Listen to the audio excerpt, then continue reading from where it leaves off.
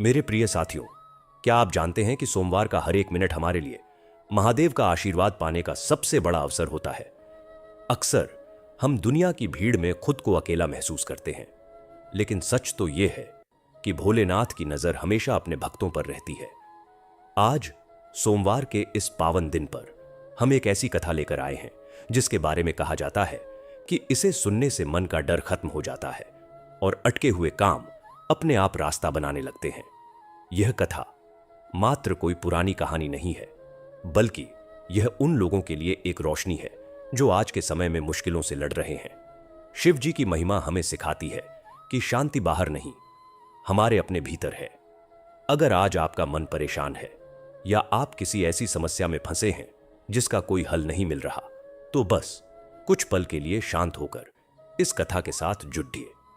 कहते हैं कि महादेव की बातें सुनने से न केवल पुण्य मिलता है, बल्कि सोचने का नजरिया भी बदल जाता है। हो सकता है आज आप किसी बात को लेकर बहुत चिंतित हों, चाहे वह घर की बात हो, नौकरी की हो या आपकी सेहत की। ऐसे समय में जब अपने भी साथ छौत धरने लगे, तब शिव की शरण ही वो सहारा है जो इंसान को कभी गिरने नहीं देती।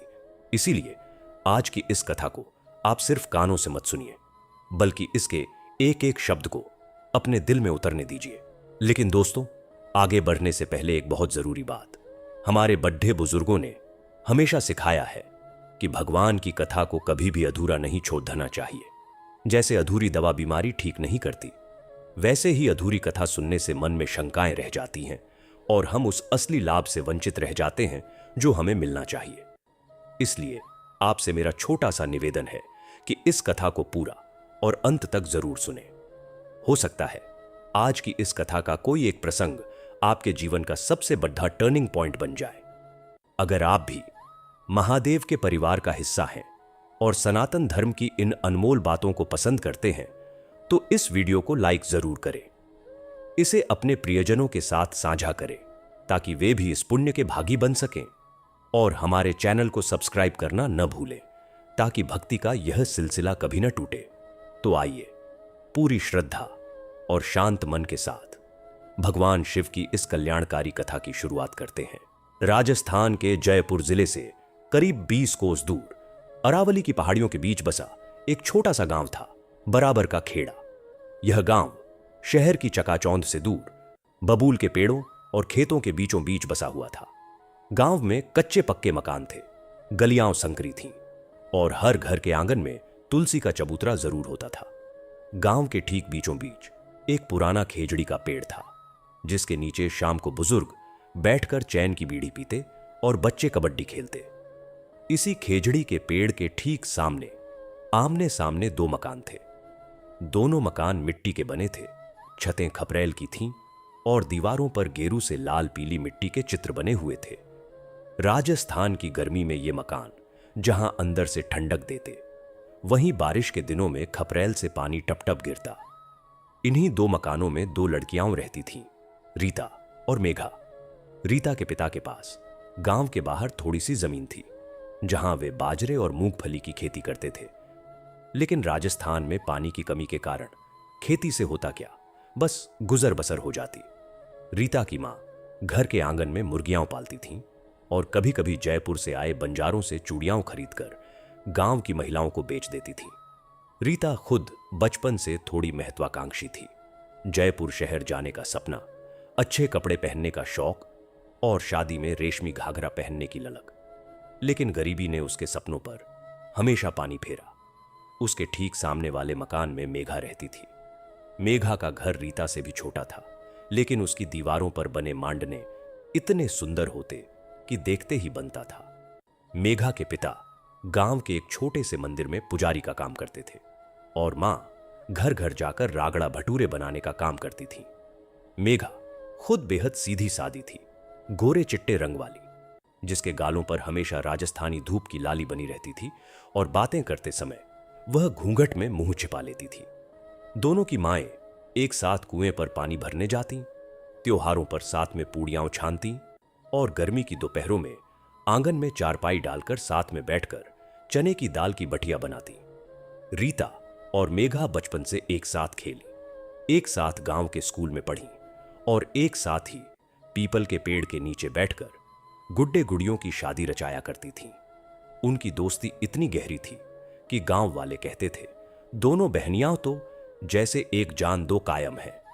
लेकिन जैसे जैसे वे बड़ी होने लगीं, रीता के मन में एक कीड़ा पलने लगा। मेघा के गोरे रंग की तारीफ सुनकर उसके मन में जलन होने लगती। मेघा के हाथों के सुंदर मांडने देखकर उसे अच्छा नहीं लगता। फिर भी वह इन भावनाओं को दबाए रखती, क्योंकि मेघा उसकी सबसे अच्छी सहेली थी और मेघा तो बिल्कुल निश्चल थी। उसे रीता के दिल की इस कालिक का जरा भी अंदाजा नहीं था। गांव में जब त्योहार आते तो मेघा के घर की रौनक देखते ही बनती।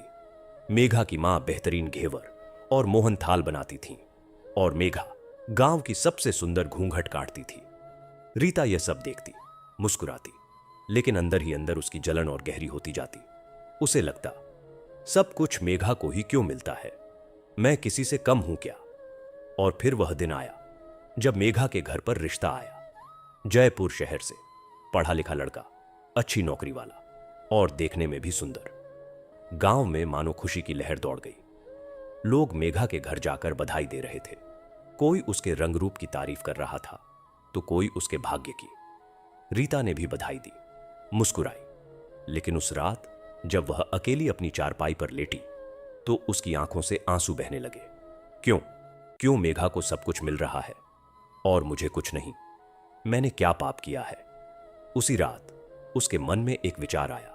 पहले तो वह खुद डर गई, लेकिन फिर जलन की आग ने उसे इतना झुलसा दिया कि वह सोचने लगी, अगर मेघा का यह रिश्ता टूट जाए तो कितना अच्छा हो। लेकिन यह हो कैसे सकता है। उसे पता था कि मेघा हर सोमवार को भगवान शिव का व्रत रखती है। उसकी मां ने मन्नत मांगी थी कि अच्छा वर मिले तो 16 सोमवार का व्रत करूंगी। मेघा ने वह व्रत शुरू कर दिया था। 7 सोमवार हो चुके थे और अब 8वां सोमवार आने वाला था। रीता ने सोचा, अगर इस व्रत में कोई बाधा आ जाए तो शायद मेघा का रिश्ता भी टूट जाए। अगले दिन सुबह जैसे ही मेघा नहाने के लिए कुएं पर गई, रीता धीरे से उसके घर में घुस गई।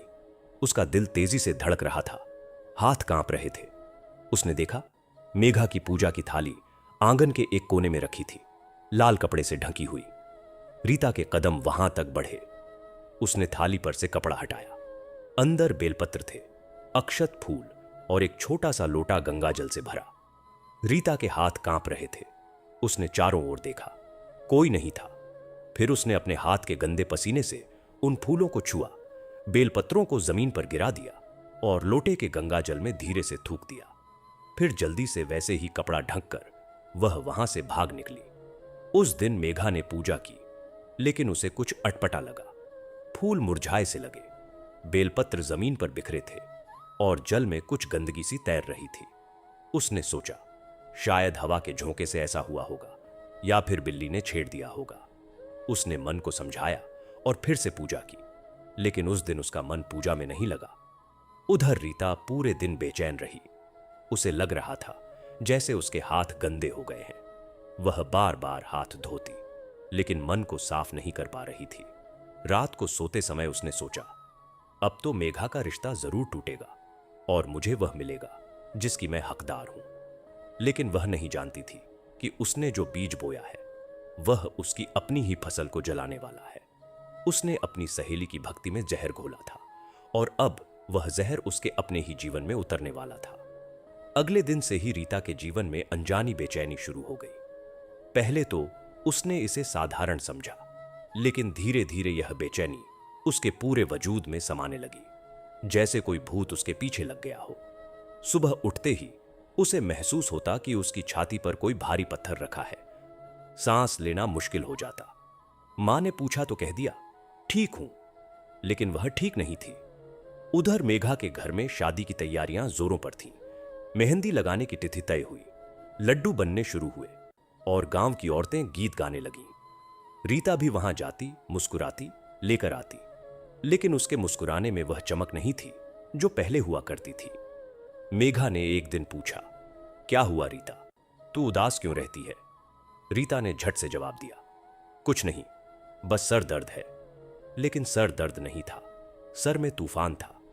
हर रात वह सपने देखती, एक ही सपना बार बार, मेघा की पूजा की थाली में रखे फूल, खून से लथपथ हो जाते और उसमें से एक आवाज आती, रीता, रीता, तूने क्या किया? वह चीख कर उठ बैठती, पसीने से तरबतर। मां पूछती, बेटी रात को चिल्लाती क्यों हो? तो वह कह देती, सपना आ गया। बस 1 महीना बीता। मेघा की शादी की तारीख नजदीक आ रही थी। रीता के मन में अब एक और डर पैदा हो गया, कहीं उसकी करनी पकड़ी न जाए। वह मेघा से कटने लगी। पहले जहां रोज मिलती थी, अब 2-4 दिन में एक बार मिलती। मेघा ने सोचा, शायद शादी की व्यस्तता में मेरी सहेली मुझसे दूर हो रही है। उसने ज्यादा नहीं सोचा और फिर वह दिन आया। मेघा की शादी से ठीक 5 दिन पहले जयपुर से लड़के वालों का फोन आया। लड़के की नौकरी चली गई थी, कंपनी बंद हो गई थी। अब वे शादी टालना चाहते थे। मेघा के पिता ने बहुत समझाया, लेकिन लड़के वाले टस से मस नहीं हुए। बोले, पहले नौकरी ठीक करो, फिर शादी। मेघा के घर में मातम छा गया।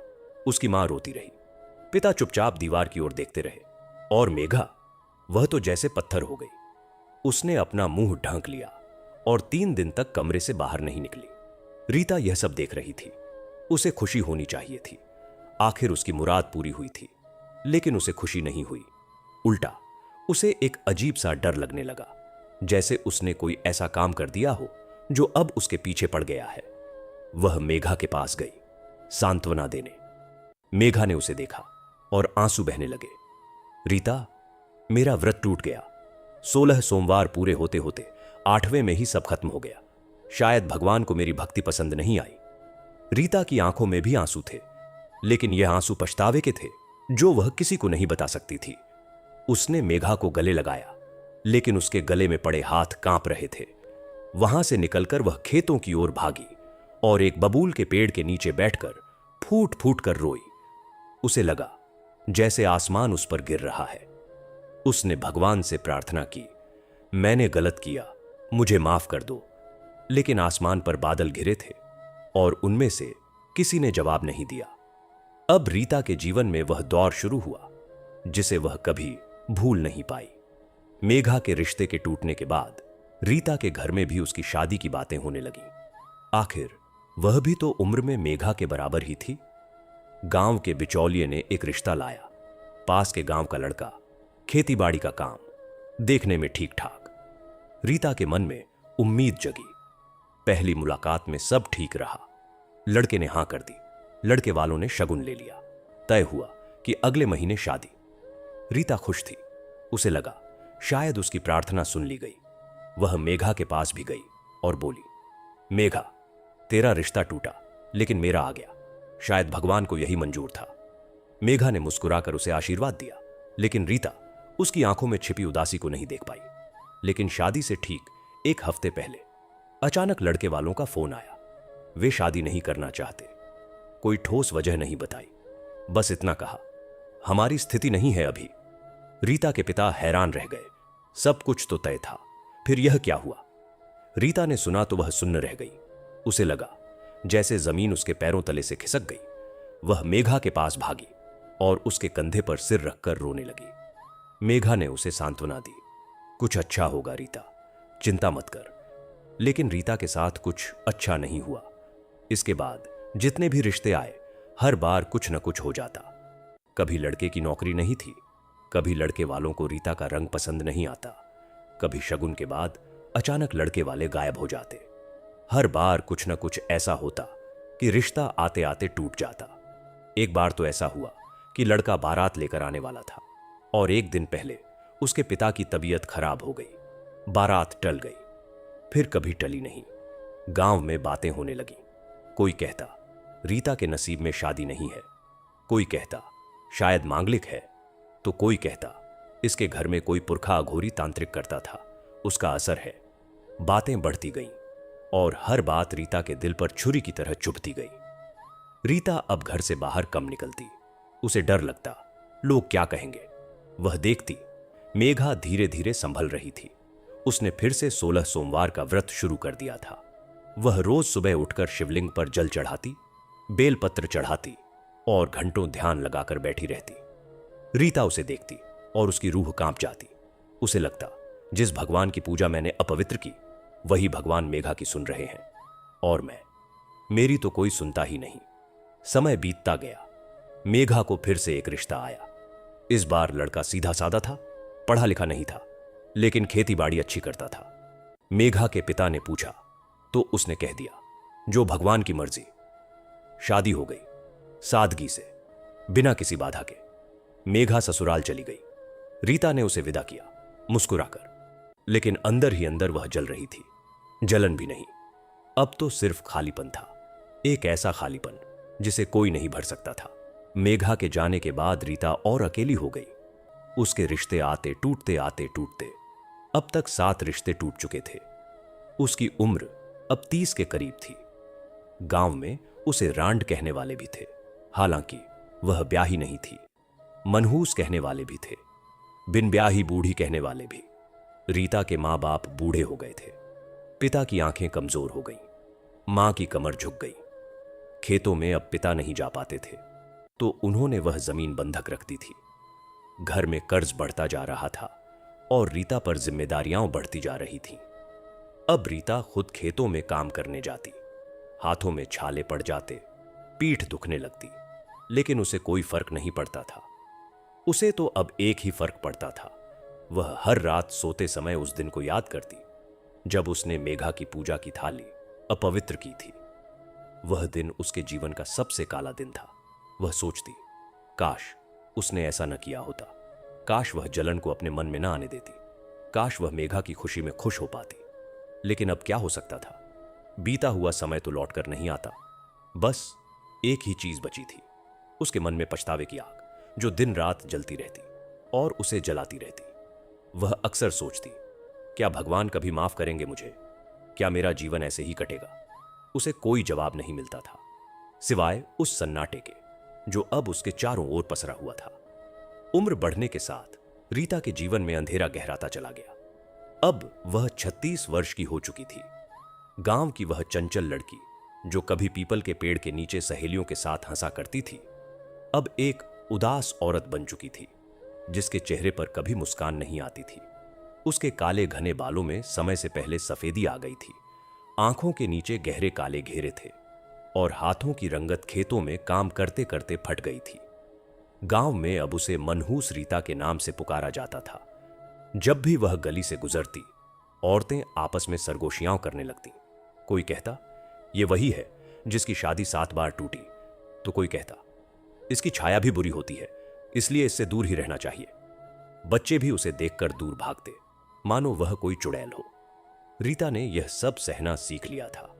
उसके पास और कोई चारा भी तो नहीं था। सबसे बुरा तब होता जब गांव में कोई शादी ब्याह होती। रीता को बुलाया भी जाता, लेकिन खाने की थाली में नहीं, बल्कि ताने सुनने के लिए। औरतें बैठकर गीत गाती, तो अक्सर कोई ना कोई गीत ऐसा होता जिसमें कुंवारी रह गई लड़कियों का मजाक उड़ाया जाता। रीता समझ जाती कि यह उसके लिए है।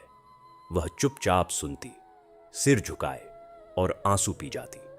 एक बार तो उसकी अपनी चचेरी बहन की शादी में उसकी अपनी चाची ने कह दिया, तू हट जा बेटी, तुझसे देखकर शादी में कोई अनहोनी न हो जाए, तू तो मनहूस है। रीता वहां से उठकर खेतों की ओर भाग गई और घंटों रोती रही। उसके माता पिता अब बहुत बूढ़े हो चुके थे। पिता की आंखों की रोशनी लगभग चली गई थी और मां को अस्थमा था, सांस लेने में तकलीफ रहती। रीता ही दोनों का सहारा थी। वह खेतों में जाती, बैलों को हाँकती, फसल काटती, बाजरे की रोटियां सेकती और बूढ़े मां बाप को खिलाती। लेकिन घर की आर्थिक स्थिति दिन ब दिन बदतर होती जा रही थी। पिता ने खेती के लिए जो कर्ज लिया था, वह ब्याज समेत हाथी बन गया था। सूदखोर महाजन रोज दरवाजे पर आता, गालियां देता और पैसे मांगता। रीता के पास देने को कुछ नहीं था। एक दिन महाजन ने उसके घर का दरवाजा ही तोड़ दिया और सामान उठा ले गया। तब से रीता के पास बस 2 चारपाइयां और एक टूटा फूटा बर्तन ही बचा था। रीता ने कभी सोचा नहीं था कि उसकी जिंदगी ऐसे बीतेगी। वह उन दिनों को याद करती जब वह और मेघा साथ में खेतों में जाती थीं, बैलों को चराती थीं और कच्ची मूंगफली खाते हुए हंसती थीं। मेघा अब कहां थी? उसकी शादी को 7 साल बीत चुके थे। सुना था वह अम्मा बन चुकी थी। उसके 2 बच्चे थे, एक बेटा और एक बेटी। उसका ससुराल पास के गांव में ही था, लेकिन रीता कभी उससे मिलने नहीं गई। उसे डर लगता था कि कहीं मेघा को उसके चेहरे पर अपनी करनी का सबूत न नजर आ जाए। हां, कभी कभी दूर से मेघा को देख लेती। जब वह गुजरती, मेघा अब भी उतनी ही सुंदर लगती थी, शायद पहले से भी ज्यादा। उसके माथे पर सिंदूर चमकता, हाथों में चूड़ियां खनकती और चेहरे पर वही सादगी, वही मासूमियत। रीता देखती और उसकी आंखों से आंसू बहने लगते। एक दिन गांव में होली का त्योहार था। रीता ने सोचा, क्यों ना घर में रहकर ही कट जाए। लेकिन उसकी मां ने कहा, बेटी जरा बाहर निकल, लोगों से मिल, रंग लगा, तू इतना अकेली क्यों रहती है। रीता मां की बात मानकर बाहर निकली, लेकिन जैसे ही वह गली में पहुंची, कुछ लड़कों ने उसे देखा और शोर मचाया, अरे मनहूस रीता आ गई, भागो वरना हम पर भी इसकी मनहूसियत आ जाएगी। और वे सब हंसते हुए दूर भाग गए। रीता वहीं खड़ी रह गई। उसके चेहरे पर गुलाल तो नहीं लगा, लेकिन उसकी आंखों में लाली थी, लाल आंसुओं की। उसी शाम को एक और घटना हुई। रीता के पिता को तेज बुखार आ गया। वह बेहोशी में बड़बड़ाने लगे। रीता ने दौड़कर गांव के वैद्य को बुलाया। वैद्य ने देखा और कहा, बहुत बीमार है, शहर ले जाना पड़ेगा। लेकिन शहर ले जाने के लिए पैसे कहां से आते। रीता के पास एक पैसा नहीं था। उसने मोहल्ले के लोगों से मदद मांगी। किसी ने दरवाजा नहीं खोला। एक ने तो यहां तक कह दिया, इसकी मनहूसियत हमारे घर भी न लगे। रीता लाचार थी। उसने अपने पिता की ओर देखा, जो धरती पर पड़े कराह रहे थे। उसकी आंखों से आंसू बह रहे थे, लेकिन वह कुछ नहीं कर पा रही थी। उस रात उसके पिता ने दम तोड़ दिया। रीता की चीख सुनकर पूरा मोहल्ला जाग गया, लेकिन कोई उसके घर नहीं आया। अगले दिन सुबह जब लाश को उठाने का समय आया, तब भी कोई आगे नहीं आया। रीता ने खुद अपने पिता के पैर पकड़े और किसी तरह अकेले ही श्मशान ले गई। वहां भी लोगों ने दूर से देखा, लेकिन कोई उसकी मदद के लिए नहीं आया। उसने खुद चिता पर लकड़ियां रखी, खुद आग दी और खुद ही रोती रही जब तक उसके पिता जलकर राख नहीं हो गए। उसके बाद रीता और भी बदल गई। वह बात करना लगभग छोड़ चुकी थी। वह खेतों में जाती, काम करती, वापस आती और चुपचाप कोने में बैठी रहती। उसकी मां अब भी थी, लेकिन उसकी तबीयत दिन ब दिन खराब हो रही थी। रीता अब डरती थी, कहीं मां भी चली गई तो वह अकेली कैसे रहेगी। एक रात की बात है। रीता की मां को सांस लेने में बहुत तकलीफ थी। रीता उसके सिरहाने बैठी थी। उसके माथे पर ठंडा पानी की पट्टी रख रही थी। बाहर तेज आंधी चल रही थी और बारिश हो रही थी।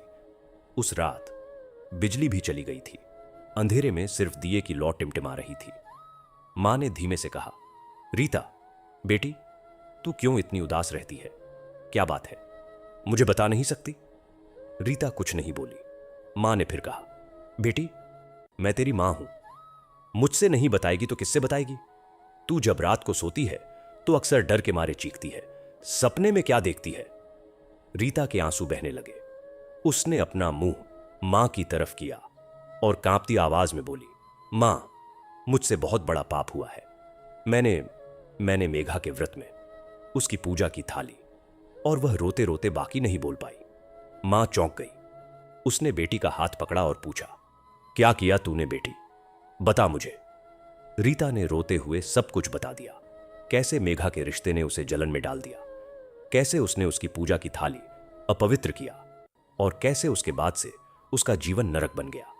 मां, यह सब मेरे पाप का फल है। मैंने सोचा था कि मेघा का रिश्ता टूटेगा, लेकिन मेरा ही जीवन टूट गया। हर रिश्ता टूटता है, हर कोई मुझसे दूर भागता है। पिताजी चले गए और अब तू भी। वह फूट फूट कर रोने लगी। मां ने उसे गले लगा लिया। उसकी आंखों में भी आंसू थे। उसने कहा, बेटी इतने साल तू अकेले इस पाप का बोझ ढोती रही, तूने मुझे क्यों नहीं बताया। मैं तेरी मां हूं, मैं तुझे रास्ता दिखा सकती थी। रीता ने कहा, मां मैं डरती थी, मुझे लगा तू मुझे कोसेगी। मां ने उसके सिर पर हाथ फेरा और कहा, बेटी भगवान ने हर पाप की माफी का रास्ता रखा है। तूने गलत किया, यह सच है, लेकिन अब पछताने से क्या होगा। तुझे प्रायश्चित करना होगा, तुझे माफी मांगनी होगी, मेघा से भी और भगवान से भी। रीता ने कहा, लेकिन मां मेघा कहां मिलेगी, उसे कैसे बताऊं, वह मुझे माफ करेगी भी। मां ने कहा, बेटी भगवान के आगे सिर झुका, सच्चे मन से माफी मांग और हां मेघा को ढूंढ, उसके पास जा, उसे सच बता, चाहे जो हो तुझे यह करना ही होगा। उस रात रीता को नींद नहीं आई। वह सोचती रही कि वह कैसे मेघा से मिले, कैसे उसे बताए कि उसकी सबसे अच्छी सहेली ने ही उसके साथ ऐसा किया। उसे डर लग रहा था, लेकिन साथ ही एक अजीब सी राहत भी महसूस हो रही थी, जैसे इतने सालों का बोझ उसने मां के सामने रख दिया हो। अगली सुबह रीता उठी तो उसने पाया कि उसकी मां की तबीयत पहले से भी ज्यादा खराब थी। वह सांस नहीं ले पा रही थी। रीता दौड़ी दौड़ी वैद्य को ले आई। वैद्य ने देखा और सिर हिला दिया। बोले, बहुत देर हो गई, अब कुछ नहीं हो सकता। उसी शाम रीता की मां भी इस दुनिया से चली गई। रीता अब बिल्कुल अकेली रह गई थी। उसके मां बाप दोनों चले गए थे। उसके पास न कोई सहारा था, न कोई अपना। गांव वालों ने उसकी मां को उठाने में भी मदद नहीं की। रीता ने अकेले ही सब कुछ किया। जब लोगों ने देखा कि वह अकेले अंतिम संस्कार कर रही है, तो कुछ लोग शर्म से भर गए, लेकिन फिर भी कोई उसके पास नहीं आया। रीता अब गांव में बिल्कुल अछूत हो गई थी। लोग उससे बात करना भी छोड़ चुके थे। उसके पिता के कर्ज के कारण महाजन ने उसका खेत भी कुर्क कर लिया। अब रीता के पास कुछ नहीं था, न घर, न खेत, न परिवार। वह एक टूटी फूटी झोपड़ी में रहने लगी, जो गांव के बाहर थी। लोग उसे खाना भी नहीं देते थे। वह कभी जंगल से जंगली फल तोड़कर खा लेती, कभी गिरे हुए दाने चुन लेती। उसका शरीर दिन ब दिन कमजोर होता जा रहा था। एक दिन बारिश के मौसम में वह अपनी झोपड़ी में अकेली बैठी थी। बाहर मूसलाधार बारिश हो रही थी। उसकी झोपड़ी टपक रही थी। उसके कपड़े भीग रहे थे, लेकिन उसे कोई फर्क नहीं पड़ता था। वह बस यही सोच रही थी, कब इस दुख का अंत होगा, कब वह मर जाएगी और इस पीड़ा से मुक्त हो जाएगी। उसी रात उसे एक सपना आया। सपने में उसने देखा कि वह एक बहुत बड़े अंधेरे कुएं में गिर रही है। वह गिरती जा रही है और कोई उसका हाथ नहीं पकड़ रहा। अचानक उस कुएं की गहराई से एक रोशनी आई। वह रोशनी धीरे धीरे बढ़ी और उसमें से एक आकृति निकली। वह भगवान शिव की आकृति थी। उनके बालों में गंगा बह रही थी और वे मुस्कुरा रहे थे। उन्होंने अपना हाथ बढ़ाया और कहा, उठ रीता, अब और मत डूब। तेरा पछतावा ही तेरा प्रायश्चित है। अब उठ और सच्चाई का रास्ता चुन। रीता चौंक कर उठ बैठी। बाहर अब भी बारिश हो रही थी, लेकिन उसके मन में एक नई रोशनी जाग गई थी। उसे समझ में आ गया कि उसे अब और नहीं डूबना है। उसे उठना है और जो गलती की है उसका प्रायश्चित करना है। उसे मेघा के पास जाना है, चाहे कुछ भी हो जाए। अगली सुबह रीता ने निश्चय किया कि वह मेघा के गांव जाएगी। उसने अपने पास जो आखिरी साफ धोती थी वह पहनी और पैदल ही चल पड़ी। रास्ता लंबा था, करीब 10 कोस। उसके पैरों में छाले पड़ गए। पानी नहीं मिला, लेकिन वह रुकी नहीं। वह बस यही सोचती रही, मुझे उससे मिलना है, मुझे माफी मांगनी है, चाहे वह मुझे माफ करे या न करे। मुझे अपना दिल हल्का करना है। शाम होते होते वह मेघा के गांव पहुंची। उसने पूछा तो पता चल गया कि मेघा कहां रहती है। वह उसके घर के सामने पहुंची तो देखा कि एक सुंदर से आंगन में मेघा बैठी थी। उसके सामने एक लड़का और एक लड़की खेल रहे थे। वह उन्हें खाना खिला रही थी और उसके चेहरे पर वही शांति थी, वही सुकून जो कभी हुआ करता था। रीता का दिल जोर जोर से धड़कने लगा। उसके पैर कांप रहे थे। वह कुछ देर दरवाजे पर खड़ी रही, फिर हिम्मत करके अंदर कदम रखा। रीता ने जैसे ही आंगन में कदम रखा, मेघा की नजर उस पर पड़ी। पहले तो मेघा पहचान नहीं पाई। सामने खड़ी औरत का चेहरा बिल्कुल बदला हुआ था। वह रीता नहीं लग रही थी, बल्कि उसकी परछाई मात्र थी। बाल सफेद हो गए थे, चेहरा झुर्रियों से भरा था, आंखें ढंसी हुई थीं और शरीर हड्डियों का ढांचा मात्र रह गया था। लेकिन फिर भी उन आंखों में कुछ था, वह चमक जो कभी रीता की पहचान हुआ करती थी। मेघा उठ खड़ी हुई और कुछ पल तक देखती रही। फिर अचानक उसके मुंह से निकला, रीता, क्या तू रीता है? रीता ने सिर हिलाया। उसकी आंखों से आंसू बहने लगे। वह कुछ बोल नहीं पा रही थी, बस खड़ी खड़ी कांप रही थी। मेघा दौड़कर उसके पास आई और उसे सहारा दिया। आ, अंदर आ, बैठ। तू कहां इतने दिनों में गायब रही? तेरा यह हाल कैसे हुआ? मेघा ने उसे आंगन में बैठाया और पानी लाकर दिया। उसके बच्चे भी आकर देखने लगे कि यह कौन अजनबी औरत है जो इतनी बदहाल हालत में आई है। रीता ने पानी पिया, लेकिन उसका गला सूखा ही रहा। वह बार बार होंठ हिलाती, लेकिन आवाज नहीं निकलती। आखिरकार उसने अपनी कांपती हथेली मेघा के हाथों में रखी और फूट फूट कर रोने लगी। वह रोती जा रही थी और उसका सारा शरीर हिचकियों से कांप रहा था। मेघा ने उसे अपने सीने से लगा लिया, ठीक वैसे ही जैसे बचपन में करती थी जब रीता को कोई दुख होता था। वह नहीं जानती थी कि रीता के दिल में कितना गहरा दर्द छिपा है। बहुत देर बाद जब रीता थोड़ा शांत हुई तो उसने धीमी आवाज में कहना शुरू किया, मेघा, मैं तुझसे बहुत बड़ी गलती की है, इतनी बड़ी कि उसकी सजा मैं जिंदगी भर भुगत रही हूं, लेकिन अब मुझसे नहीं सहा जाता। मुझे तुझे सच बताना है, चाहे तू मुझे मार डाले, चाहे मुझे कोस दे, चाहे यहीं से भगा दे। मेघा हैरान थी। उसने रीता का हाथ पकड़ा और बोली, दीवानी है क्या? तू मुझसे क्या गलती कर सकती है? हम बचपन की सहेलियां हैं, हमारे बीच कोई गलती नहीं हो सकती। रीता ने उसका हाथ छुड़ा लिया और घुटनों के बल बैठ गई। उसने सिर झुका लिया और कांपते हुए बोली, याद है तुझे जब रिश्ता आया था, 16 सोमवार का व्रत तूने शुरू किया था, उस समय मैं। उसकी आवाज रुक गई।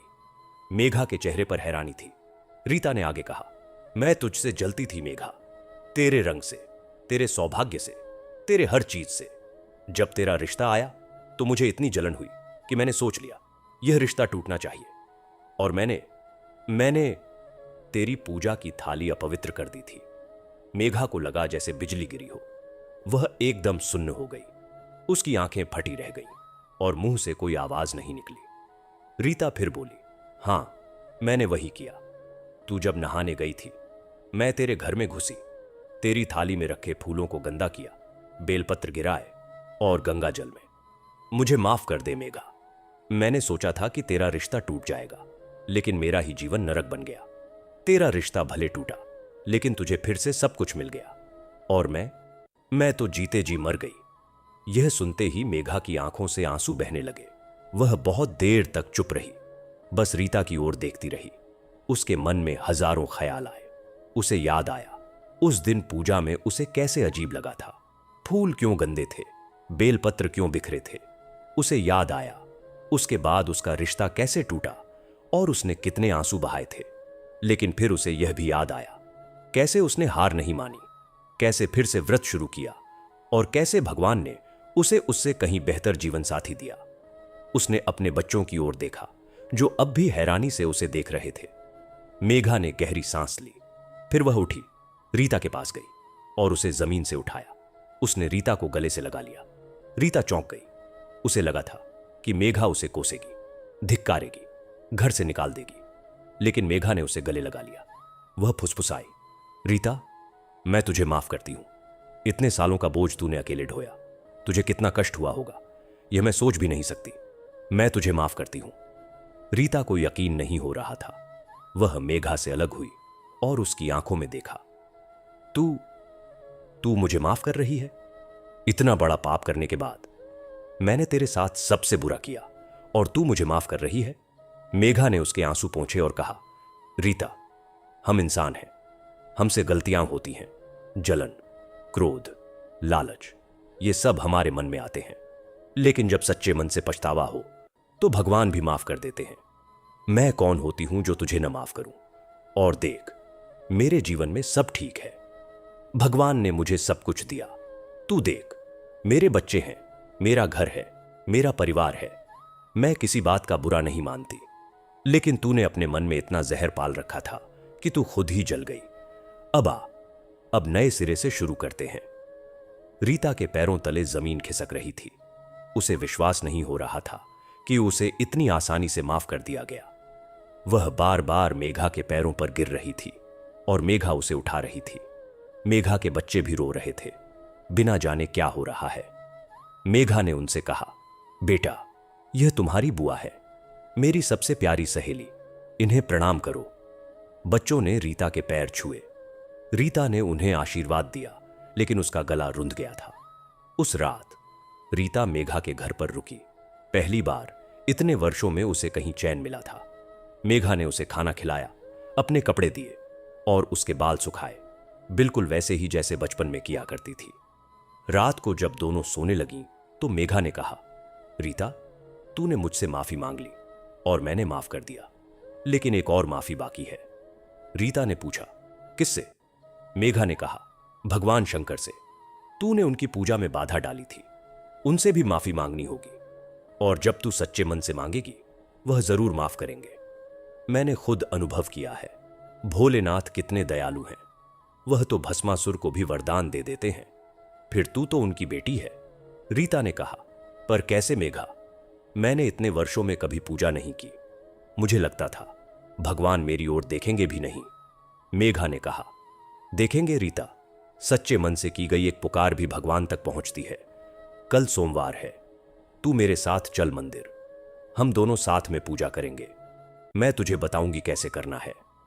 अगली सुबह दोनों सहेलियां गांव के शिव मंदिर गईं। रीता ने पहली बार इतने वर्षों में किसी मंदिर में कदम रखा था।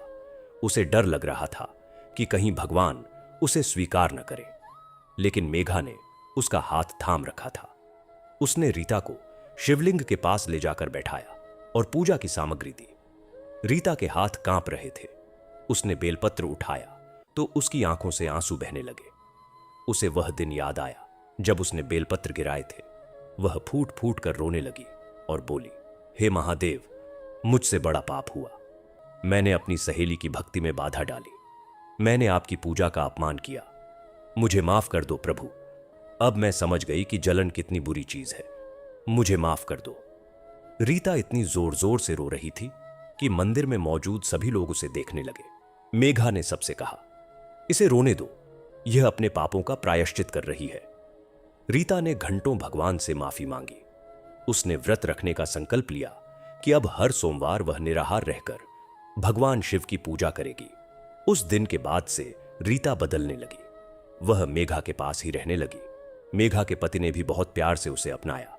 रीता उनके घर के काम में हाथ बटाने लगी, बच्चों को कहानियां सुनाने लगी, और सबसे बढ़कर हर सोमवार को वह व्रत रखने लगी।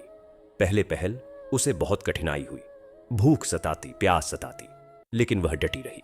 वह सोचती, जो पाप मैंने किया उसकी सजा तो मैं जीवन भर भुगत रही हूं, यह थोड़ी सी तकलीफ तो सह सकती हूं। 1 महीना बीता, 2 महीने बीते। रीता का शरीर तो पहले से भी कमजोर हो गया था, लेकिन उसके मन में एक नई शक्ति आ गई थी। उसे लगने लगा जैसे उसके ऊपर से कोई बोझ उतर गया हो। वह हल्की महसूस करती थी। उसकी आंखों में अब वह उदासी नहीं थी, बल्कि एक शांति थी। वह मेघा के बच्चों के साथ खेलती, उन्हें हंसाती, और कभी कभी गांव की दूसरी औरतों से भी बात करने लगी। तीसरे महीने के आखिरी सोमवार को रीता ने विशेष पूजा की। उसने पूरे दिन निराहार रहकर रात में जागरण किया। वह भगवान शिव से प्रार्थना कर रही थी, हे महादेव, मैंने अपनी गलती समझ ली, मुझे कुछ नहीं चाहिए, बस इतना चाहिए कि मेरे मन में फिर कभी किसी के लिए जलन न हो, और हां, मेरी सहेली मेघा हमेशा खुश रहे। उसी रात उसे फिर से सपना आया, उसी अंधेरे कुएं का, लेकिन इस बार वह गिर नहीं रही थी, बल्कि ऊपर आ रही थी, और उस कुएं के ऊपर भगवान शिव खड़े थे। उनके एक हाथ में त्रिशूल था, दूसरा हाथ आशीर्वाद की मुद्रा में। वे मुस्कुरा रहे थे। उन्होंने कहा, रीता, तू माफ कर दी गई, अब जा नया जीवन जी। रीता चौंक कर उठी। सुबह होने वाली थी। उसने मेघा को यह सपना सुनाया। मेघा ने कहा, देखा, मैंने कहा था ना, भोलेनाथ बहुत दयालु हैं, अब तेरे जीवन में खुशियां आएंगी। उसी दिन एक अजीब घटना हुई। गांव में एक बाबा आए थे, बहुत प्रसिद्ध थे। वह गांव वालों को आशीर्वाद दे रहे थे। मेघा ने रीता से कहा, चल बाबा के दर्शन कर लेते हैं। दोनों गईं। बाबा ने रीता को देखा तो चौंके। उन्होंने रीता को पास बुलाया और कहा, बेटी, तू बहुत तपस्या की है, तूने बहुत कष्ट सहे हैं, लेकिन अब तेरे कष्ट खत्म हुए, तेरे जीवन में एक नया सूरज उगने वाला है। रीता हैरान थी। उसने पूछा, बाबा मतलब? बाबा ने कहा, तेरे जीवन में एक अच्छा वर आने वाला है। वह तुझे वह सब देगा जो तूने खोया है, बस तू भरोसा रख। रीता को यकीन नहीं हुआ। उसने तो शादी की उम्मीद छोड़ दी थी, लेकिन बाबा की बात सुनकर उसके मन में एक किरण जागी, और फिर वही हुआ जो किसी ने सोचा नहीं था। अगले ही हफ्ते गांव के ही एक व्यक्ति जो शहर में नौकरी करता था और विधुर था, उसने रीता को देखा। उसकी पत्नी कुछ साल पहले गुजर चुकी थी और वह अकेला था। उसने रीता की सादगी, उसकी तपस्या और उसके स्वभाव के बारे में सुना। उसने मेघा के पति से कहा कि वह रीता से शादी करना चाहता है। जब रीता को पता चला तो उसे यकीन नहीं हुआ। वह भागकर मेघा के पास गई और बोली, मेघा, यह सच है, कोई मुझसे शादी करना चाहता है, मुझ जैसी मनहूस से। मेघा ने उसे गले लगाया और कहा, तू मनहूस नहीं है रीता, तू तो भगवान की प्यारी बेटी है। जिसने सच्चे मन से पापों का प्रायश्चित किया वही सबसे पवित्र होता है। जा, इस रिश्ते को स्वीकार कर। रीता ने उस रिश्ते को स्वीकार किया। शादी बहुत ही सादगी से हुई, लेकिन उसमें खुशियां थीं, आंसू नहीं। मेघा ने खुद रीता को सुहाग का सामान पहनाया। पहली बार रीता के माथे पर सिंदूर सजा। वह आईने के सामने खड़ी होकर अपने आप को देखती रही और उसकी आंखों से खुशी के आंसू बह रहे थे। उसे लगा जैसे वह दूसरी बार जन्मी हो। शादी के बाद रीता अपने पति के साथ शहर चली गई। उसका पति बहुत अच्छा इंसान था। उसने रीता को कभी उसके अतीत के बारे में नहीं पूछा, बस उसे प्यार दिया। रीता अब एक नई जिंदगी जी रही थी। उसके पास एक सुंदर सा घर था, एक प्यार करने वाला पति था और सबसे बढ़कर उसके मन में शांति थी। लेकिन वह मेघा को कभी नहीं भूली। हर महीने वह गांव आती, मेघा से मिलती, उसके बच्चों के लिए तोहफे लाती और घंटों उसके साथ बैठकर बातें करती। उसने एक नियम बना लिया था, हर सोमवार को वह किसी विवाहित जोड़े को सुहाग का सामान दान करती थी, चाहे वह उसकी पड़ोसन हो या कोई गरीब औरत। वह उसे सिंदूर, चूड़ियां, बिंदी और कपड़े देती। वह चाहती थी कि किसी और का वैवाहिक जीवन उसकी तरह संकट में न पड़े। उसकी इस आदत की चर्चा दूर दूर तक फैल गई। लोग उसे सुहागिन रीता के नाम से पुकारने लगे। वही रीता जिसे कभी मनहूस कहा जाता था, अब सुहागिनों की रक्षक कहलाती थी। एक दिन वह मेघा के पास आई और बोली, मेघा, तूने मुझे नया जीवन दिया। अगर तूने मुझे माफ नहीं किया होता तो मैं आज भी उस झोपड़ी में मर रही होती। मेघा ने कहा, रीता, मैंने नहीं, भगवान ने तुझे नया जीवन दिया। तूने सच्चे मन से पश्चाताप किया, तपस्या की, इसलिए भगवान ने तुझे स्वीकार किया। और देख, आज तू इतनी खुश है। रीता ने मेघा के पैर छुए। मेघा ने उसे उठाया और गले लगा लिया। दोनों की आंखों में आंसू थे, लेकिन इस बार यह आंसू खुशी के थे, गम के नहीं। रीता का नया जीवन बस चुका था। उसके पति का नाम था महेंद्र, जो एक साधारण लेकिन बेहद प्यार करने वाले इंसान थे। उनकी पहली पत्नी की मृत्यु के बाद वे अकेले ही जीवन बिता रहे थे। जब उन्होंने रीता को देखा तो उन्हें उसकी आंखों में एक गहरी शांति और तपस्या दिखी। वे समझ गए कि यह औरत बहुत कुछ सहन करके आई है। उन्होंने रीता को कभी उसके अतीत के बारे में नहीं पूछा, न ही कभी उसकी उम्र या पिछली बातों को लेकर कोई सवाल उठाया। उनके लिए रीता बस उनकी पत्नी थी, उनका परिवार थी। रीता ने जयपुर शहर में अपना नया घर बसाया। महेंद्र का एक छोटा सा मकान था, 2 कमरे, एक छोटी सी रसोई और एक खुला आंगन। रीता ने उस आंगन में तुरंत तुलसी का पौधा लगा दिया। उसने घर की दीवारों पर गेरू से मांडने बनाए, ठीक वैसे ही जैसे उसकी मां बनाया करती थी। हर सुबह वह जल्दी उठती, नहा धोकर पूजा करती और फिर महेंद्र के लिए चाय बनाती। वह जीवन जी रही थी, जी भर के। एक दिन महेंद्र ने उससे कहा, रीता, मैं तुम्हें कभी अकेला नहीं छोड़ूंगा। मैं जानता हूं कि तुमने बहुत कष्ट सहे हैं। अब मेरे रहते तुम्हें कोई तकलीफ नहीं होने दूंगा। रीता की आंखें नम हो गईं। उसने महेंद्र के चरण छुए और कहा, आपने मुझे नया जीवन दिया है, मैं आपकी इस दया को कभी नहीं भूलूंगी। महेंद्र ने उसे उठाया और कहा, यह दया नहीं है रीता, यह प्यार है। तुम मेरी पत्नी हो, मेरा सम्मान हो। समय बीतता गया। रीता अब शहर की जिंदगी में ढल चुकी थी। उसने पड़ोस की औरतों से दोस्ती कर ली थी। वह उनके साथ बैठकर बातें करती, त्योहारों पर साथ में पूड़ियां बनाती और कभी कभी उन्हें अपने गांव की कहानियां सुनाती। लेकिन उसने कभी मेघा और अपने अतीत का जिक्र नहीं किया। वह उसे अपने दिल की सबसे पवित्र जगह पर रखना चाहती थी, जहां कोई और न पहुंच सके। उसने अपना नियम भी जारी रखा। हर सोमवार को वह किसी विवाहित स्त्री को सुहाग का सामान देती। कभी वह अपनी पड़ोसन होती, कभी कोई गरीब औरत जो बच्चों को लेकर भीख मांगती मिलती। रीता उसे बुलाती, अपने घर ले जाती, उसे चाय बिस्कुट खिलाती और फिर उसे नई चूड़ियां पहनाती, सिंदूर लगाती। वह औरत रोती, आशीर्वाद देती और रीता को देवी कहकर पुकारती। रीता कहती, मैं देवी नहीं हूं बहन, मैं तो बस एक पापन हूं जिसे भगवान ने माफ कर दिया। धीरे धीरे उसकी ख्याति फैलने लगी।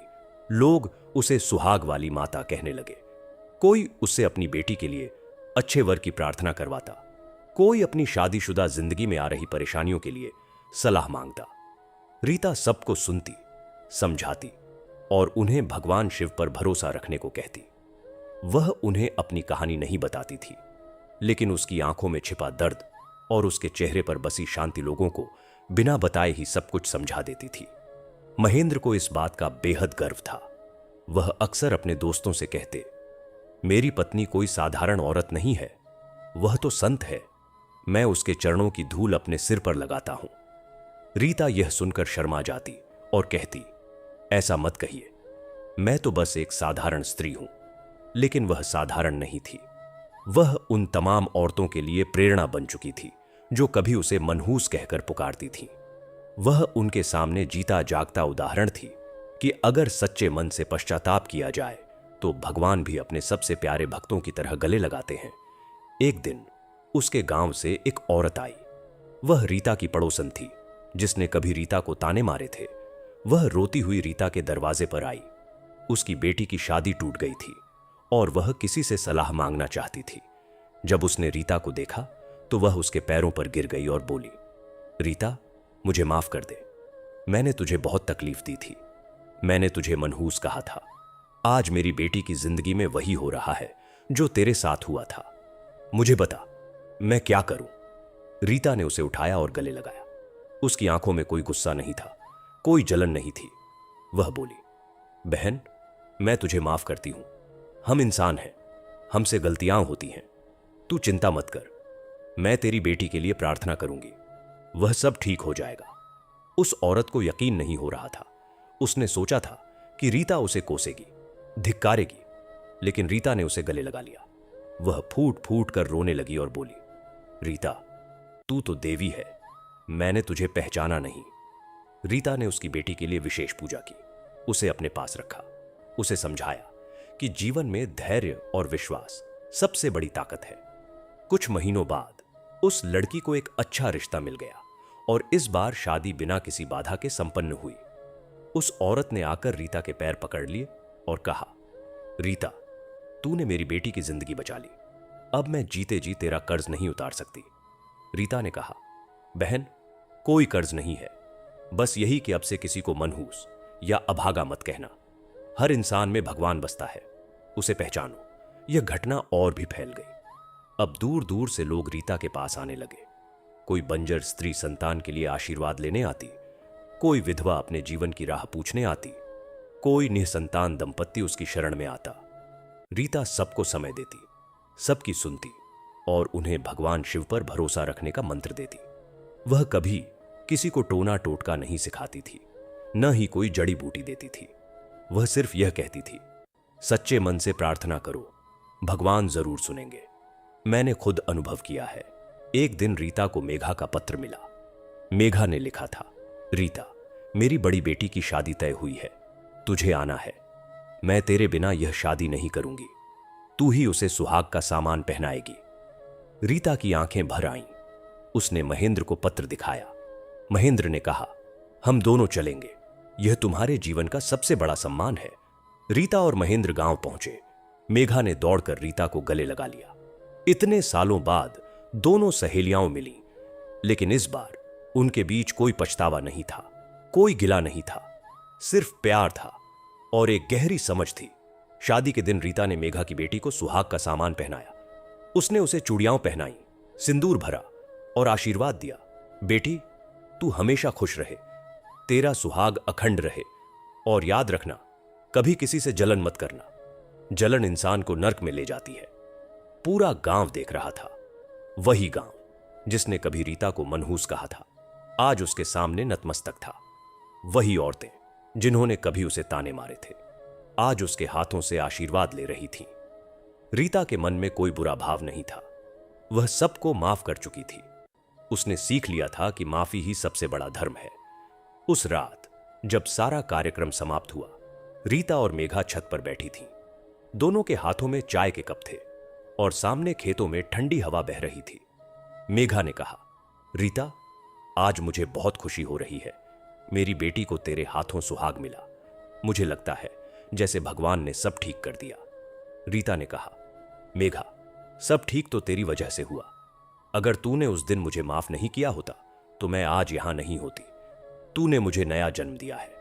मेघा ने उसका हाथ पकड़ा और कहा, रीता, हम दोनों ने बहुत कुछ सीखा है। तूने जलन से सीखा, मैंने माफी से सीखा। शायद भगवान को हमसे यही सीखवाना था। रीता ने आसमान की ओर देखा।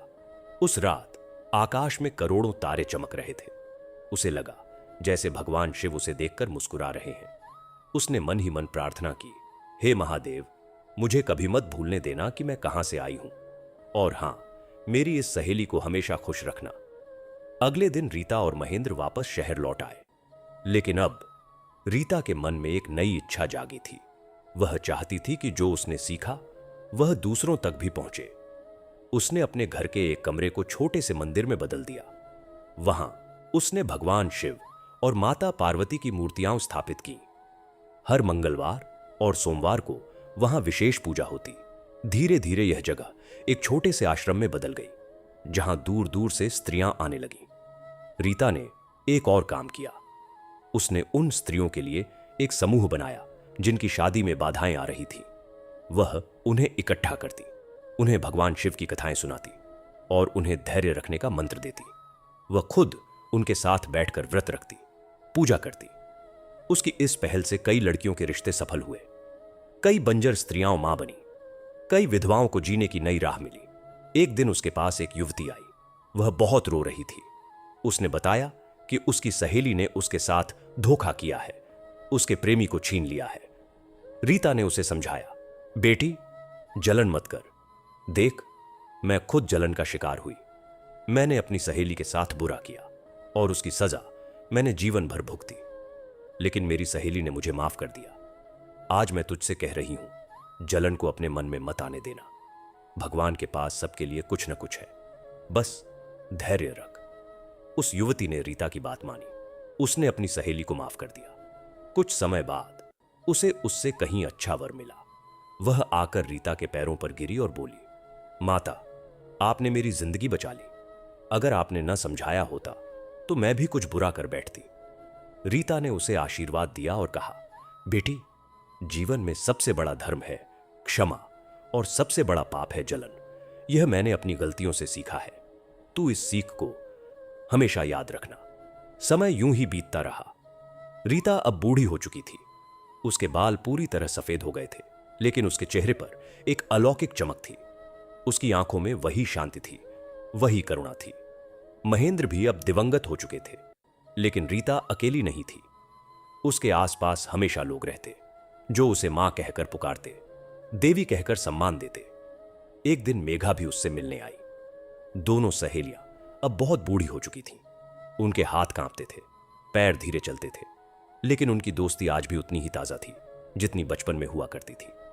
मेघा ने कहा, रीता, हम दोनों ने बहुत कुछ देखा, बहुत कुछ सहा, लेकिन आज हम यहां हैं, एक साथ। शायद यही भगवान की मर्जी थी। रीता ने उसका हाथ पकड़ा और कहा, मेघा, मैंने तुझसे बहुत बड़ी गलती की थी, लेकिन तूने मुझे सिर्फ माफ ही नहीं किया, बल्कि मुझे नया जीवन भी दिया। मैं तेरी कभी इस कर्ज को नहीं उतार सकती। मेघा हंसी और बोली, रीता, कोई कर्ज नहीं है। हम दोनों ने एक दूसरे से बहुत कुछ सीखा। तूने मुझे जलन से बचना सिखाया और मैंने तुझे माफी का महत्व सिखाया। शायद हम इसीलिए मिले थे। उस रात दोनों सहेलियां साथ में बैठकर भजन गाती रहीं। उनकी आवाजें कांपती थीं, लेकिन उनमें भक्ति थी, समर्पण था और सबसे बढ़कर एक दूसरे के लिए अपार प्रेम था। अगली सुबह रीता नहीं उठी। वह चैन की नींद सो रही थी। उसके चेहरे पर मुस्कान थी। मेघा ने उसे देखा और समझ गई कि उसकी सहेली अब भगवान के पास चली गई है। उसकी आंखों से आंसू बहने लगे, लेकिन साथ ही उसके मन में एक गहरी शांति भी थी। उसे पता था कि रीता ने अपना जीवन पूरी तरह जिया था, अपनी गलतियों से सीखा था और अंत में मोक्ष को प्राप्त किया था। रीता की अंत्येष्टि में हजारों लोग शामिल हुए। वहां वे सभी स्त्रियां थीं जिन्हें रीता ने सहारा दिया था। वहां वे लोग थे जिनकी जिंदगी उसने बदल दी थी। वहां मेघा थी, उसकी सहेली, जिसने उसे सबसे बड़ा उपहार दिया था, माफी। और वहां भगवान शिव थे, जिन्होंने अपनी इस भक्त को अंत में अपने पास बुला लिया। रीता की कहानी आज भी उस गांव में गाई जाती है। लोग बताते हैं कि कैसे एक जलन भरी सहेली ने पाप किया, कैसे उसने उस पाप की सजा भुगती और कैसे अंत में सच्चे पश्चाताप और भगवान की कृपा से उसे मोक्ष मिला। वह कहानी सिखाती है कि जलन सबसे बड़ा पाप है और माफी सबसे बड़ा धर्म, और सबसे बढ़कर यह कि भगवान शिव तो भोलेनाथ हैं। वह अपने हर भक्त को, चाहे वह कितना भी गिर जाए, उठाकर अपने गले लगा लेते हैं। बस शर्त है सच्चा पश्चाताप और सच्ची भक्ति। 16 सोमवार का व्रत। यह नाम सुनते ही मन में एक अजीब सी सिहरन दौड़ जाती है। कोई इसे शिव भगवान को प्रसन्न करने का सबसे सरल मार्ग बताता है, तो कोई इसे सच्चे मन से किया गया सबसे कठिन तपस्या। लेकिन जो लोग इस व्रत के पीछे छिपी रहस्यमयी कहानियों को जानते हैं, वे जानते हैं कि यह व्रत सिर्फ व्रत नहीं, बल्कि एक आस्था का सागर है, जिसमें डुबकी लगाने वाले को कभी कभी ऐसे अनुभव होते हैं जिन्हें साधारण शब्दों में बयान नहीं किया जा सकता। आज मैं आपको एक ऐसी ही कहानी सुनाने जा रहा हूं, जो मेरे अपने जीवन की सबसे अजीब और सबसे रहस्यमयी घटना है। यह कहानी है 16 सोमवार के व्रत की, एक ऐसी आत्मा की जो अपना व्रत पूरा करना चाहती थी, और मेरी, जो अनजाने में उसकी कहानी का हिस्सा बन गया। यह बात उस समय की है जब मैं जयपुर शहर से करीब 50 किलोमीटर दूर एक छोटे से गांव में रहता था। गांव का नाम था भैरूगढ़। यह गांव अपनी खूबसूरती के लिए नहीं, बल्कि एक पुरानी हवेली के लिए जाना जाता था। गांव के ठीक बीचों बीच एक विशाल बरगद के पेड़ के सामने वह हवेली थी। 3 मंजिला यह हवेली कभी किसी जमींदार की रही होगी, लेकिन अब यह खंडहर में तब्दील हो चुकी थी। इसकी दीवारों पर समय ने अपने गहरे निशान छोड़े थे। कहीं कहीं से प्लास्टर उखड़ गया था, कहीं कहीं दीवारों में दरारें पड़ गई थीं। लेकिन सबसे अजीब बात यह थी कि इस हवेली के एक कमरे में हमेशा एक दिया जलता रहता था। कोई नहीं जानता था कि वह दिया कौन जलाता है। गांव वाले कहते थे कि वह दिया किसी आत्मा के हाथों जलता है, जो सदियों से अपना अधूरा काम पूरा करने का इंतजार कर रही है। मैं वहां एक अध्यापक की नौकरी करता था। गांव के स्कूल में मैं बच्चों को गणित और विज्ञान पढ़ाता था। मैं हमेशा से एक तर्कवादी रहा हूं। भूत प्रेत, चमत्कार, आत्मा, इन सब चीजों पर मुझे जरा भी विश्वास नहीं था।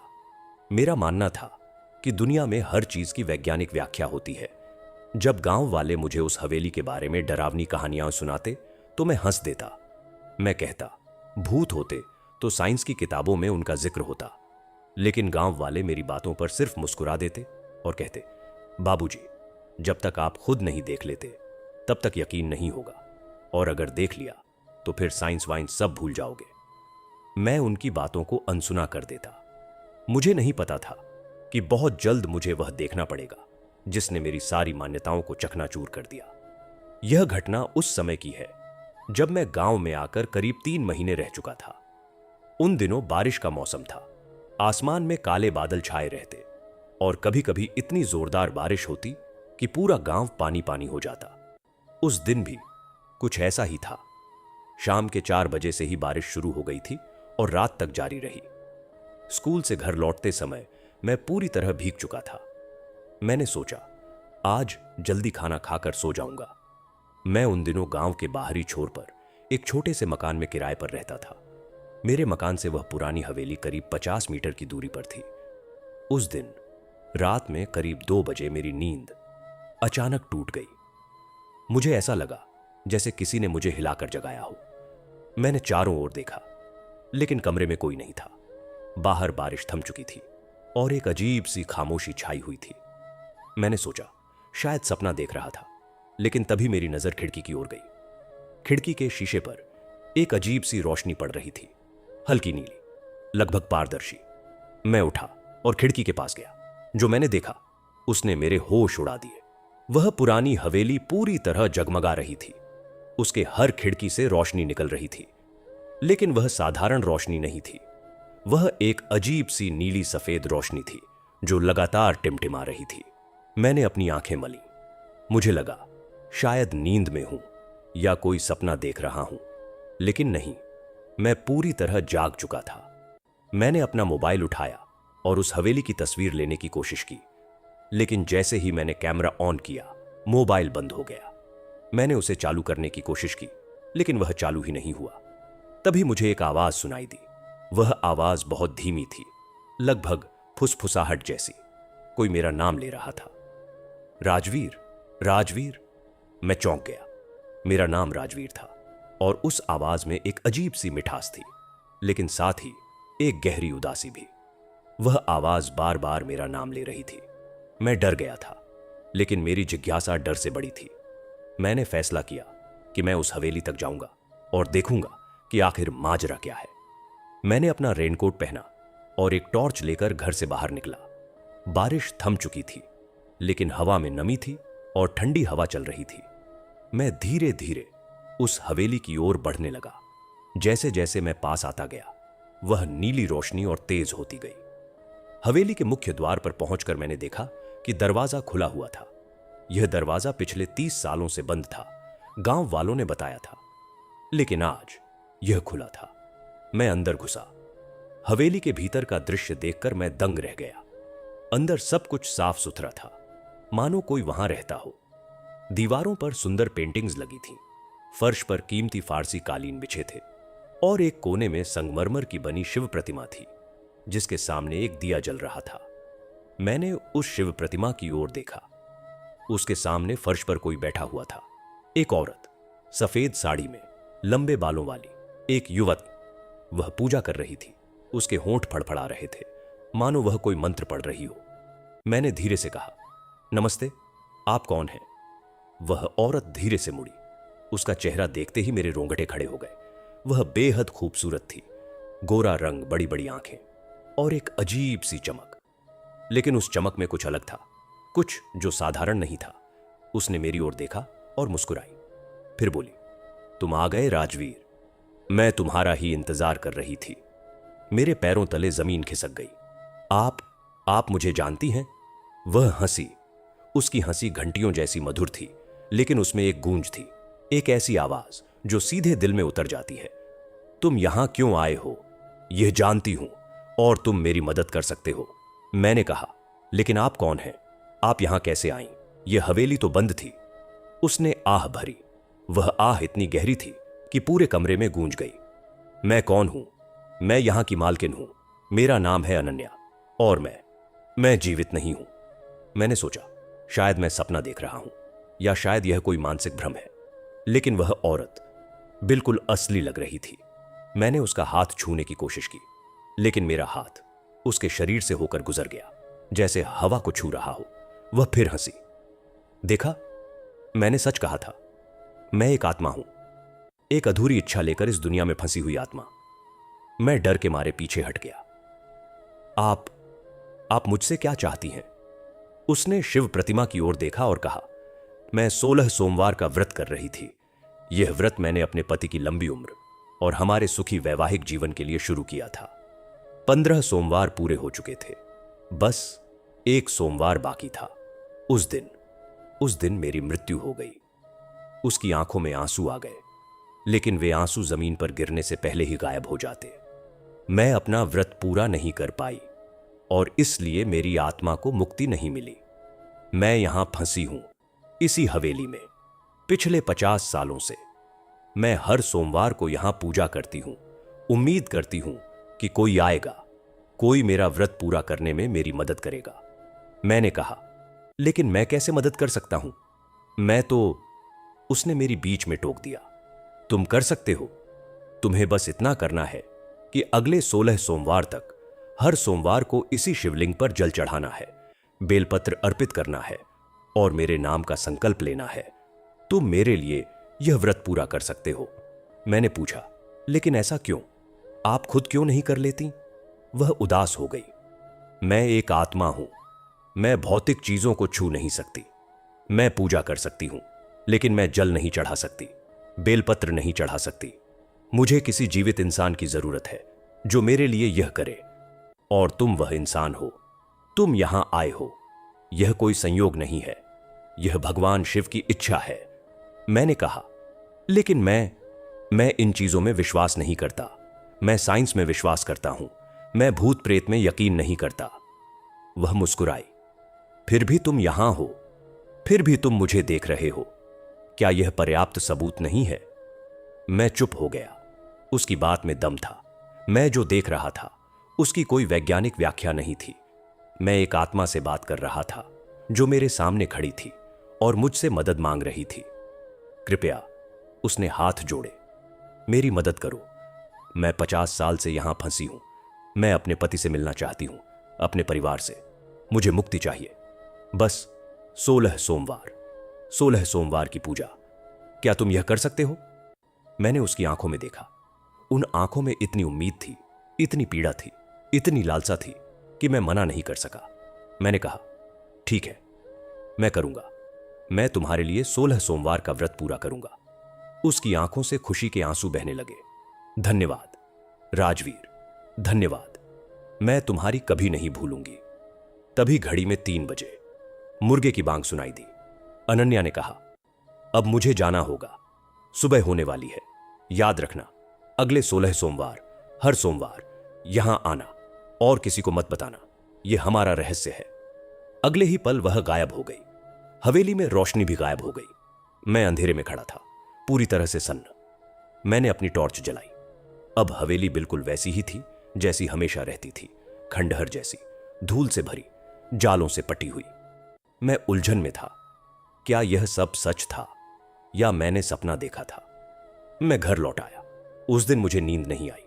मैं सारी रात उस घटना के बारे में सोचता रहा। अगली सुबह मैंने अपना मोबाइल चालू करने की कोशिश की। वह चालू हो गया, बिल्कुल सामान्य रूप से। मैंने उसकी तस्वीरें देखीं, लेकिन कोई तस्वीर नहीं थी। सब कुछ सामान्य था, लेकिन मैं जानता था कि वह रात सामान्य नहीं थी। उस दिन के बाद से मैं बदल गया। मैं जो सोचता था उस पर से मेरा विश्वास उठ गया। मैंने सोचा, शायद दुनिया में कुछ ऐसा है जो साइंस से परे है, और मैंने फैसला किया कि मैं उस आत्मा की मदद करूंगा, चाहे कुछ भी हो जाए। अगला सोमवार आया। मैं उस हवेली में गया। दिन का वक्त था, इसलिए मुझे डर नहीं लग रहा था। मैं अंदर घुसा। वह शिव प्रतिमा वहां थी, बिल्कुल वैसी ही जैसी मैंने उस रात देखी थी, लेकिन अब वह धूल से ढकी थी। मैंने उसे साफ किया, फिर पास के कुएं से जल लाया, बेलपत्र तोड़े और पूजा शुरू की। मैंने उस आत्मा के नाम का संकल्प लिया, अनन्या। मैंने कहा, हे शिव, यह पूजा उस आत्मा के लिए है जो अपना व्रत पूरा नहीं कर पाई। कृपया उसे मुक्ति दे। पूजा समाप्त करने के बाद मैंने चारों ओर देखा। कोई नहीं था। मैं वापस आ गया। उस रात फिर से मुझे वह आवाज सुनाई दी, धन्यवाद राजवीर, एक सोमवार पूरा हुआ, अब 15 बाकी हैं। इसी तरह हफ्ते बीतने लगे। हर सोमवार को मैं उस हवेली में जाता, पूजा करता और अनन्या के नाम का संकल्प लेता। धीरे धीरे मुझे उस हवेली से डर लगना बंद हो गया। वह मेरे लिए एक पवित्र स्थान बन गई। अनन्या हर रात मुझसे बात करती, मुझे अपनी कहानी सुनाती। एक रात उसने बताया कि कैसे उसकी मृत्यु हुई थी। वह अपने पति के साथ बहुत खुश थी। उनका एक छोटा बेटा भी था। 16 सोमवार का व्रत उसने अपने पति की लंबी उम्र के लिए शुरू किया था। 15वें सोमवार को उसने पूजा की और अगले सोमवार के लिए तैयारी की। लेकिन उसी रात उसके घर में आग लग गई। वह आग में फंस गई। उसके पति और बेटा बच गए, लेकिन वह नहीं बच पाई। उसने बताया कि मरते समय उसके मन में बस एक ही बात थी, उसका अधूरा व्रत, और इसलिए उसकी आत्मा को शांति नहीं मिली। मैं अपने पति और बेटे को छोड़कर नहीं जाना चाहती थी, उसने कहा, लेकिन मुझे जाना पड़ा और अब मैं यहां हूं, इस दुनिया और उस दुनिया के बीच फंसी हुई। उसकी बातें सुनकर मेरा दिल भर आया। मैंने कहा, चिंता मत करो, मैं तुम्हारा व्रत पूरा करूंगा, तुम्हें मुक्ति मिलेगी। 10 सोमवार बीत गए, 11वें, 12वें, 13वें। हर गुजरते हफ्ते के साथ मेरा विश्वास मजबूत होता गया। मैंने खुद भी शिव भक्ति में रुचि लेनी शुरू कर दी। मैंने उनके बारे में पढ़ा, उनकी कथाएं सुनी और महसूस किया कि यह कोई साधारण देवता नहीं है। वह तो भोलेनाथ हैं, जो अपने भक्तों की एक पुकार पर दौड़े चले आते हैं। 14वें सोमवार के बाद एक अजीब घटना घटी। मैं उस रात सो रहा था तो मुझे एक सपना आया। सपने में एक बुजुर्ग व्यक्ति मेरे पास आए। उनके लंबे जटा थे, शरीर पर भस्म लगी थी और गले में सर्प लिपटा हुआ था। मैंने पहचान लिया, वह भगवान शिव थे। वह मुस्कुरा रहे थे। उन्होंने कहा, बेटा, तुमने एक आत्मा की मदद करने का बीड़ा उठाया है। यह बहुत बड़ा पुण्य का काम है। लेकिन याद रखना, 16वें सोमवार की रात को तुम्हें एक कठिन परीक्षा से गुजरना होगा। तैयार रहना। मैं चौंक कर उठ बैठा। मेरा दिल तेजी से धड़क रहा था। क्या यह सच में भगवान शिव थे या मेरा मन ही था? मैंने अनन्या को बताया। वह भी हैरान हुई। उसने कहा, यह सच है। भगवान शिव ने तुम्हें दर्शन दिए हैं। 16वां सोमवार बहुत महत्वपूर्ण होगा। कुछ बड़ा होने वाला है। 15वां सोमवार आया। मैंने पूजा की। उस रात अनन्या बहुत उदास थी। उसने कहा, एक और सोमवार, फिर आखिरी। राजवीर, तुमने मेरे लिए इतना कुछ किया, मैं तुम्हारा कभी धन्यवाद नहीं चुका सकती। मैंने कहा, धन्यवाद की जरूरत नहीं, बस तुम्हें मुक्ति मिल जाए, यही काफी है। उसने कहा, राजवीर, अगर मुझे मुक्ति मिली तो मैं तुम्हें कुछ देना चाहती हूं। तुम जो मांगोगे वह मिलेगा। मैंने कहा, मुझे कुछ नहीं चाहिए, बस तुम शांति से जाओ। वह मुस्कुराई। उसकी मुस्कान अब पहले से ज्यादा उजली थी, जैसे उसके भीतर रोशनी भर रही हो। आखिरकार वह दिन आ गया, 16वां सोमवार। मैं सुबह से ही बेचैन था। मुझे पता था कि आज कुछ असाधारण होने वाला है। मैंने दिन भर उपवास रखा। शाम को मैं हवेली में गया। अनन्या वहां थी, लेकिन आज वह पहले से अलग दिख रही थी। उसके चारों ओर एक चमक थी, एक तेज रोशनी। उसने कहा, राजवीर, आज का दिन बहुत महत्वपूर्ण है। आज मेरी मुक्ति का दिन है। लेकिन आज एक बड़ी बाधा भी आएगी। एक शक्ति है जो मुझे यहां फंसाए रखना चाहती है। वह आज तुम्हें भटकाने की कोशिश करेगी। डटे रहना। मैंने पूछा, कौन सी शक्ति? उसने कहा, वही शक्ति जो अधूरी आत्माओं को फंसाए रखती है। वह नहीं चाहती कि मैं मुक्त हो जाऊं। तुम सच्चे मन से पूजा करो, बस बाकी भगवान संभाल लेंगे। मैंने शिवलिंग के सामने बैठकर पूजा शुरू की। जैसे जैसे रात गहरी होती गई, माहौल बदलने लगा। हवा में एक अजीब सी सनसनाहट होने लगी। दिए की लौ हिलने लगी। हालांकि हवा नहीं थी। चारों ओर से अजीब अजीब आवाजें आने लगीं। कभी किसी के रोने की आवाज, कभी किसी के हंसने की, कभी किसी के चीखने की। अचानक सामने की दीवार पर एक परछाई दिखाई दी। वह बढ़ती गई और फिर एक आकृति में बदल गई। वह एक भयानक दानव जैसी थी। लाल आंखें, लंबे नाखून और काले काले दांत। वह मेरी ओर लपकी। मैं डर गया, लेकिन मैंने पूजा जारी रखी। मैंने आंखें बंद कर लीं और भगवान शिव का नाम जपने लगा।